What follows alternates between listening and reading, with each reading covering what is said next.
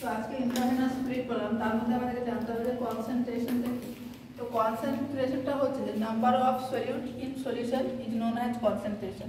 তো সলিউট কোনটা আর সলভেন্ট কোনটা? সলিউট হচ্ছে যেটা হচ্ছে আমাদের কোনো একটা শরবতে, যেমন হচ্ছে যার পরিমাণ কম থাকে সেটা সলিউট, যার পরিমাণ বেশি থাকে সেটা হচ্ছে সলভেন্ট। দুটো মিশে হচ্ছে কি হচ্ছে সলিউশন হচ্ছে। তো ফ্লুইডের ক্ষেত্রে আমরা বলছি যে আইসোটোনিক ফ্লুইড, হাইপোটোনিক ফ্লুইড আর হচ্ছে হাইপারটোনিক ফ্লুইড। আইসোটোনিক ফ্লুইড কখন বলবো? যখন আমাদের হচ্ছে যে same concentration as body fluid, যে বডি ফ্লুইডে যে কনসেন্ট্রেশন থাকবে সেম কনসেন্ট্রেশন থাকবে তাকে কি বলে? যে আইসোটোনিক ফ্লুইড বলে। হাইপোটোনিক ফ্লুইড কাকে বলে? যখন less concentration as body fluid তাকে কি বলে? হাইপোটোনিক ফ্লুইড বলে। হাইপারটোনিক ফ্লুইড কাকে বলে? মোর কনসেন্ট্রেশন অ্যাজ বডি ফ্লুইড। এবার হচ্ছে ডিফিউশন কি? ডিফিউশনের ক্ষেত্রে তার আগে দেখতে হবে আমাদের যে সলিউট প্লাস সলভেন্ট মিলে কি হচ্ছে? আমাদের সলিউশন হচ্ছে।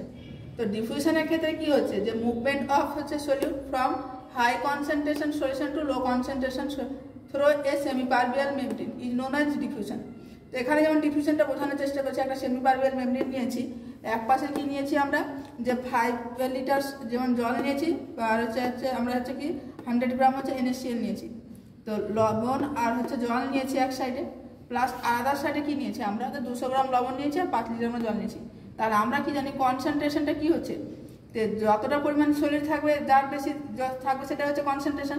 তাহলে হচ্ছে এই সাইডে আমাদের কি হচ্ছে? যে কনসেন্ট্রেশনটা বেশি থাকছে, এই সাইডে আমাদের কি হচ্ছে? কনসেন্ট্রেশনটা কম থাকছে। এবং আমরা ডেফিনেশনে পড়লাম যে কি করবে? এখানে সলিউটটা মুভমেন্ট করবে কোথা থেকে কোথায়? যে যেখানে হাই কনসেন্ট্রেশন থাকবে সেখানে থেকে কোথায় মুভ করবে? লো কনসেন্ট্রেশনের দিকে। এক্ষেত্রে কি হচ্ছে? যে NaClটা এখানে বেসিক কনসেন্ট্রেশন আছে, এখান থেকে কি করছে? এই দিক থেকে মুভ করছে। তো সেটাই হচ্ছে ডিফিউশন। দেন হচ্ছে অসমোসিস।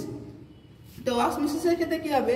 যে movement of solid from low concentration fluid to high concentration fluid through a semi পারভিয়াল membrane is known as osmosis.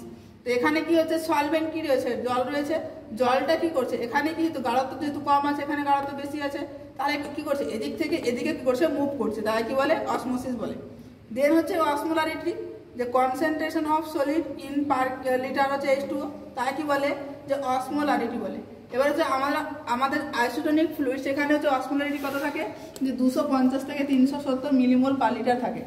এবার আইসোটোনিক ফ্লুইড যেমন আগে ডেফিনিশনে পড়লাম যে same concentration as body fluid থাকে। তো এখানে কত বললাম? যখনই 370 থেকে যখন অসমোলারিটি বেশি হবে তাকে বলবো হাইপারটোনিক ফ্লুইড। যখন 250 থেকে কম আসবে তাকে বলা হচ্ছে যে কি হাইপোটোনিক ফ্লুইড। যেমন এক্সাম্পল দেখছি কিছু যে আইসোটোনিক ফ্লুইডে, যেমন হচ্ছে নর্মাল স্লাইন বা RL, D5W বা হাফ 1/4 হচ্ছে NS বা D5W, এগুলো হচ্ছে সব হচ্ছে আইসোটোনিক ফ্লুইড। তো তার মধ্যে যেটা হচ্ছে একটা পড়েছি সেটা হচ্ছে আমাদের হচ্ছে নর্মাল স্লাইন।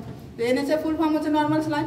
এখানে কি থাকে? 0.9% সোডিয়াম ক্লোরাইড থাকে, এটাকে ফিজিওলজিক্যাল স্লাইনও বলে। এখানে কি হচ্ছে? যে 100 ml হচ্ছে যে জলের মধ্যে কি হচ্ছে? 0.9% কি হচ্ছে? যে 100 ml ওয়াটারের মধ্যে হচ্ছে 0.9% NS থাকছে এখানে, সরি 0.9% NS বলছি, সেখানে কি থাকছে? 0.9 গ্রাম হচ্ছে NaCl থাকছে।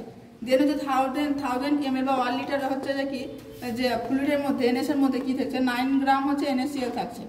এর অসমোলারিটি থাকে যে 308, যেটা হচ্ছে আমরা কি বলি? Isotonic fluid. যখন 250 থেকে 370 এর মধ্যে আসছে তখন হচ্ছে আইসোটোনিক ফ্লুইড বলছি। তাহলে এর যেটা অসমোলারিটি এসছে, যে সোডিয়ামের ক্ষেত্রে 154 আসে, ক্লোরাইডের ক্ষেত্রে 154 আসছে, তাহলে এখানে 308 আসছে, তাহলে এটা কি হচ্ছে? একটা আইসোটোনিক ফ্লুইড। এবার এর ইউজেস কোথায় কোথায় আমরা ইউজ করি?